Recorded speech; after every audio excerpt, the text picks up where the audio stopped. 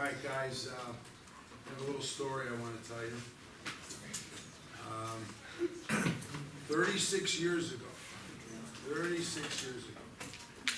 I graduated from a small college in Iowa called Upper Iowa University.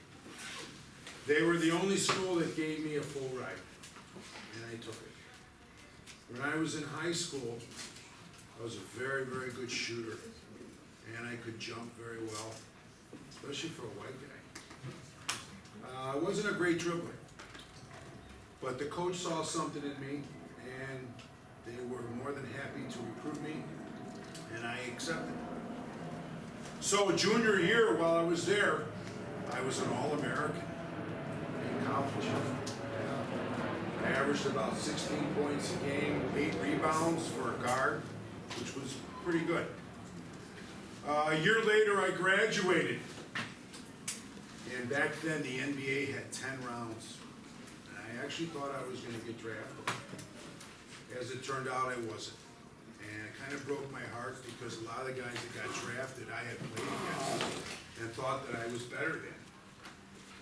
Anyway, I had come from a Greek background, and basketball in Greece was getting quite popular. And one night, I got a phone call from the top team in Greece, and I negotiated a deal over the phone, and I went. They flew me out. Also that year, I don't know if you know that, but I was a fashion designer. Yeah, that was my first profession. I was a fashion designer when I was 22 years old. So, they fly me over in the beginning of September. I'm all dressed up. I got my pinstripe suit. I got my little rose right here. I'm styling. I look great. We land in Athens. It's 105 degrees. They have no air conditioning anywhere. I'm sweating bullets, and I'm wearing this 3-piece suit, looking like the Godfather. And this guy that comes and picks me up, George Vasilakopoulos. He's had some of the longest names you ever met. He was the manager of the team. He picked me up in a French automobile called a Citroën. And if you know anything about French automobiles, this car looks like a shoe. It really looks like a shoe. It's a hydraulic vehicle. You know, like you can see those cars that bounce. It's one of those kind where the wheels can go up and down. It's really a pretty cool car. So anyway, they put me in a hotel. And for 2 days, I'm there. I can't speak a word of Greek. I really don't know where I'm going. It's a madhouse. 3 million people packed into one of the oldest cities in the world. And 2 days later, they had me come and try out. So I knew they were looking for a shooting guard. So this was my big moment. So that day, I get to meet everybody. Everyone's kind of like, "Hi, how are you?" Real simple English, that kind of stuff. And I meet the trainer, not the trainer, the equipment manager, an old guy named Nakos. So we had a guy on our team named Takis Kornelis. He was the Converse All-Star distributor in Greece. And if you know anything about that stuff, those are the people that own the rights to clothing back in those countries. And he was the sole distributor of Converse All-Star, and that was the equipment that we wore back then. Well, anyway, Nakos hands me the clothing that I'm supposed to wear for practice. And if you know anything about the late 70s, we used to wear things real tight. Okay, things were tight. Shorts, shirts, everything. Okay? So, we go to practice that first day. We have this trainer. He's from the Greek Olympic team. He's the world-class miler, Spilios Zacharopoulos. So Spilios has got us there. He's making us run around the gym. And then all of a sudden, he goes, "Fly, fly, fly." And he's making us jump in the air like butterflies. Fly. So I'm saying to myself, "Kirk, just do it. Just do it, just do it. Okay, so this went on all day long, okay? So, practice starts, we start working out, we start doing some drills, and then we start playing. I did not make one shot that day. I was so embarrassed.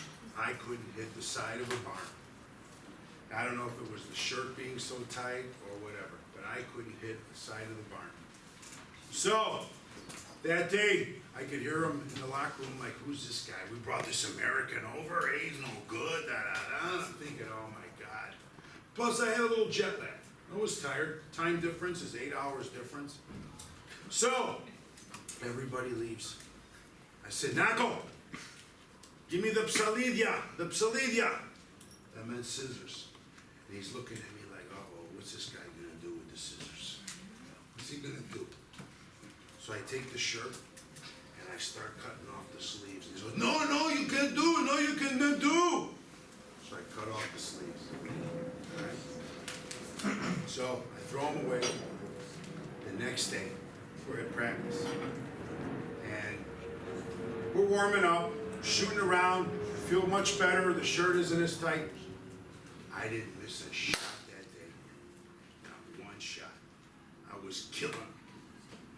So, I used to stay a little late after practice. I do my little extra running, my push-ups, my sit-ups.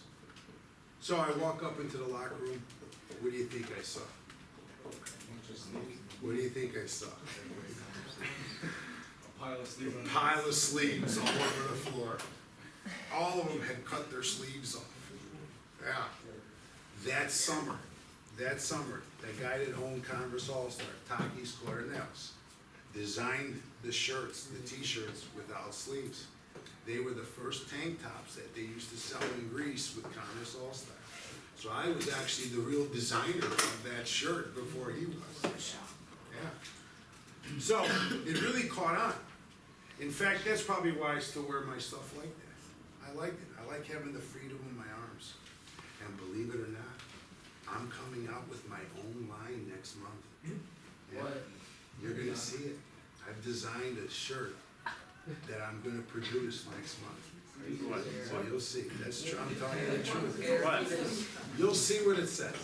Okay, it's a surprise. I think I have one of the Taft students designing it for me. I have to patent it. I have to make it a corporation. I do decide to sell it, but I'm really excited about it. And it's amazing how little things like this, that little idea like that, can catch on and be something popular. Yeah. So it was a great moment, and I'll tell you, everyone loved it. Everyone kept wearing them like that. And I want to say I think I changed something there because they were used to doing things the old way. And then, 20 years later, Nike steals my slogan. Just do it. Are you kidding me? That was mine. I used to say that 20 years before they even did it. I couldn't believe it when they came out and did that. Simple as that. That's all it takes. All right, so remember, some idea that you might have, or some slogan you might have, is all it takes. All right? Thank you.